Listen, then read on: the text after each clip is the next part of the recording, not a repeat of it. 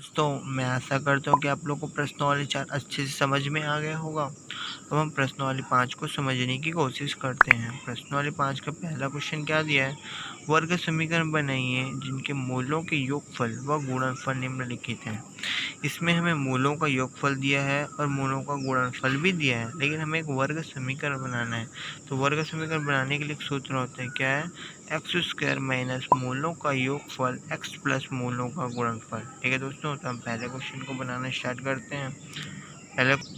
पहले क्वेश्चन में क्या दिया है, मूलों का योगफल बराबर दिया है -4 और मूलों का गुणनफल बराबर दिया है -12। ठीक है दोस्तों, तो दिया है मूलों का योगफल -4, मूलों का गुणनफल बराबर -12। तो वर्ग समीकरण बनाने के लिए मूल या सूत्र एक्स स्क्वायर माइनस मूलों का योगफल एक्स प्लस मूलों का गुणनफल। यहाँ मूलों का योगफल व गुणनफल का मान रख देंगे, तब हमारा आंसर आ जाएगा, मतलब समीकरण बन जाएगा। तो एक्स स्क्वायर माइनस मूलों का योगफल बराबर कितना दिया, -4 का एक्स का फिर एक्स प्लस हो गया, फिर मूलों का गुणनफल बराबर दिया है -12। तो एक्स स्क्वायर माइनस माइनस हो गया +4x प्लस माइनस -12 बराबर 0। ये हमारा वर्ग समीकरण बन गया एक्स स्क्वायर प्लस 4x -12। ठीक है दोस्तों, तो हम दूसरा तो आप लोगों से बन ही जाएगा।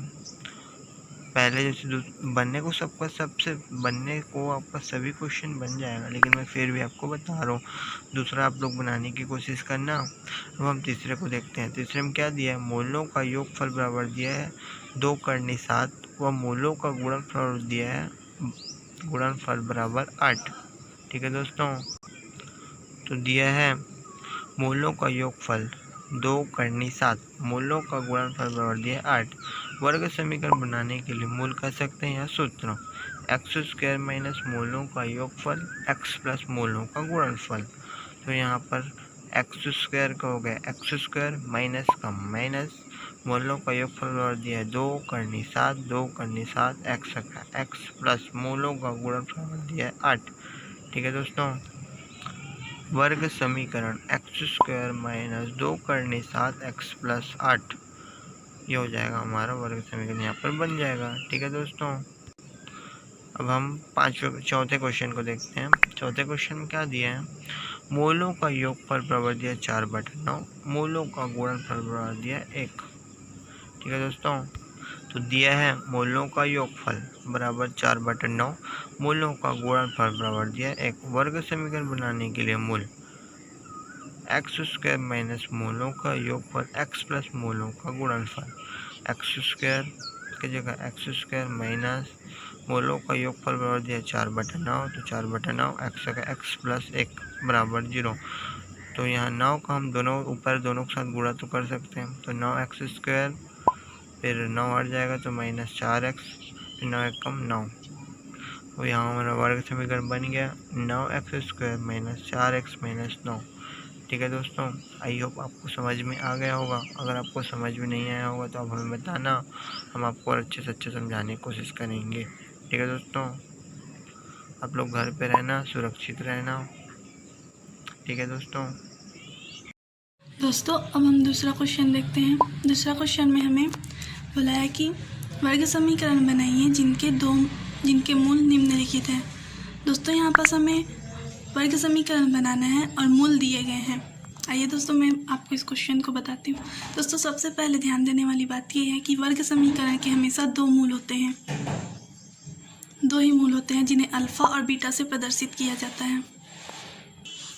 दोस्तों वर्ग समीकरण बनाने के लिए सूत्र होता है, इस सूत्र को याद करना होता है एक्स स्क्वायर माइनस मूलों का योगफल एक्स प्लस मूलों का गुणनफल। ये वर्ग समीकरण बनाने का सूत्र होता है।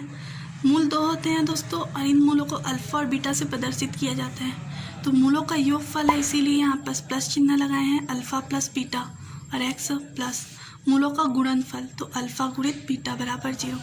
इस सूत्र को लिखें या इस सूत्र को लिखें, दोनों एक ही बात है। अब मैं आपको पहला क्वेश्चन बताती हूँ। पहला क्वेश्चन है में 7 और 4 दिया है, मतलब अल्फ़ा और बीटा का मान दिया है। तो अल्फ़ा बराबर 7 और बीटा बराबर 4 मान लिए।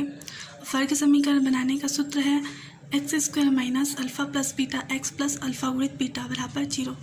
अल्फ़ा की जगह 7 रख दिए, बीटा की जगह 4। यहाँ भी हमने सेम वैसे किया। अब जोड़ दिए 7 4 11 एक्स प्लस 7 चौक 28। इस तरह से हमारा वर्ग समीकरण बन गया। दोस्तों ये क्वेश्चन बहुत ही सरल है, बस आपको वर्ग समीकरण बनाने के सूत्र को याद रखना है, बाकी आपसे आराम से बन जाएगा। दोस्तों सेम दूसरा भी उसी प्रकार बनने वाला है, तीसरा भी, चौथा भी, पांचवा बटा वाला है, छठवां भी सेम इसी तरह बनने वाला है, आठवां भी वैसे बनेगा।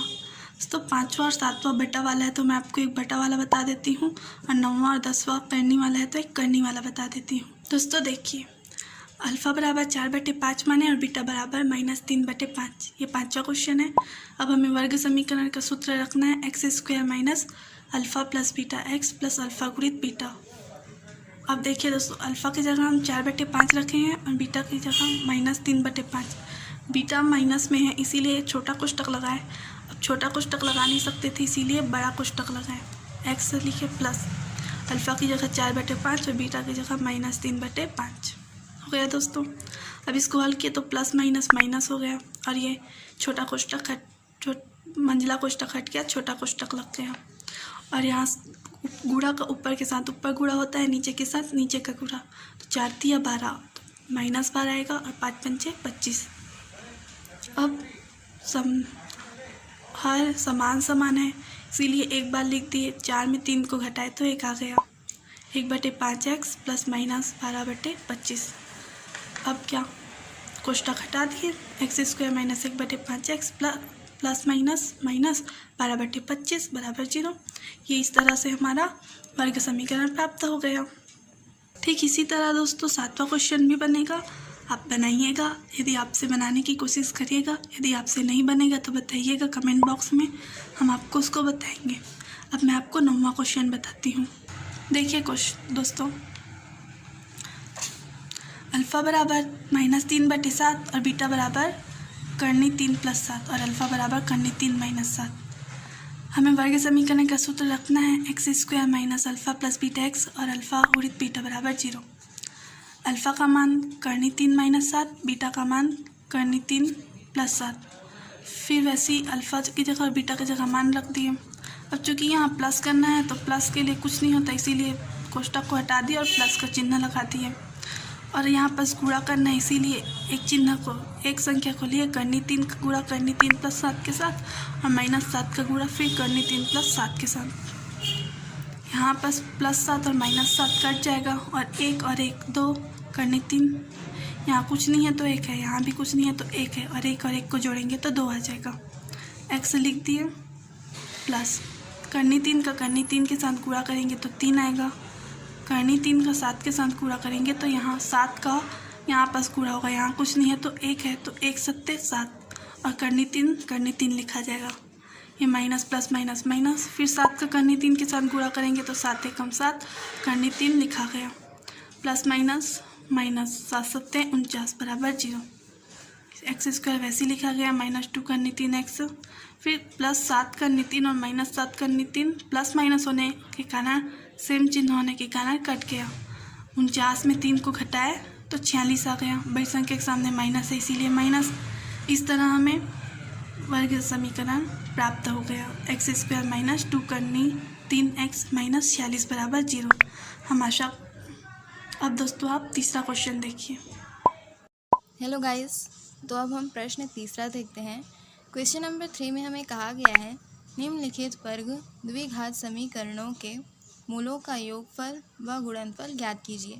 तो अक्सर ये क्वेश्चन हमें 2-3 नंबर में पूछा जा सकता है, तो इसे हम अच्छे से देख लेते हैं। अक्सर ये क्वेश्चन हमें सही विकल्प और खाली स्थान के रूप में भी पूछा जाता है। मैं इसमें आपको क्वेश्चन नंबर तीसरा बताती हूँ। क्वेश्चन नंबर तीसरा है 3x की घात 2 माइनस 5x माइनस 2 बराबर 0। हल दिया गया है 3x की घात 2 माइनस 5x माइनस 2 बराबर 0। जो हमें दिया गया है उसे हम लिख लेंगे। इसके बाद ax square plus bx plus c बराबर 0, यह हमारा मानक रूप है। तो मानक रूप को समीकरण से तुलना करने पर तो जब हम इस मानक रूप को समीकरण से तुलना करेंगे तो a बराबर हमें यहाँ पे आएगा 3, जैसे कि यहाँ पर है, और b बराबर हमारा आएगा यहाँ पे bx और -5x मतलब -5, और c बराबर यहाँ पे आएगा हमारा -2। तो इस तरह से हमारा मानक रूप निकल गया a b c। अब हम जानते हैं कि हमें ये सूत्र है सूत्र 2 है, तो हमें इसे अच्छे से याद कर लेना है। मूलों का योगफल बराबर, तो हमें यहाँ पे मूलों का योगफल और गुणनफल ज्ञात करना है। तो सबसे पहले मूलों का योगफल का सूत्र होता है -b/a। ये हो गया। अब देखिए गाइस, हमें क्या करना है, हमें यहाँ पे मान रखना है। जैसे ही हम मान रखेंगे हमारा आंसर मिल जाएगा। b हमारा क्या है -5, तो यहाँ पे माइनस पहले से ही है और ये -5, और a हमारा क्या है 3, तब ये क्या हो गया 5/3। इसी तरह मूलों का गुणनफल, अब मूलों का गुणनफल हमें ज्ञात करना है। तो मूलों का गुणनफल का सूत्र होता है c/a। अब हमारा c क्या है यहाँ पे -2, तो यहाँ पे हम -2 लिख देंगे, और a हमारा क्या है 3, तो ये 3। तो ये हमारा मूलों का योगफल और मूलों का गुणनफल निकल चुका है। हम यहाँ पे उत्तर में लिख सकते हैं, अतः मूलों का योगफल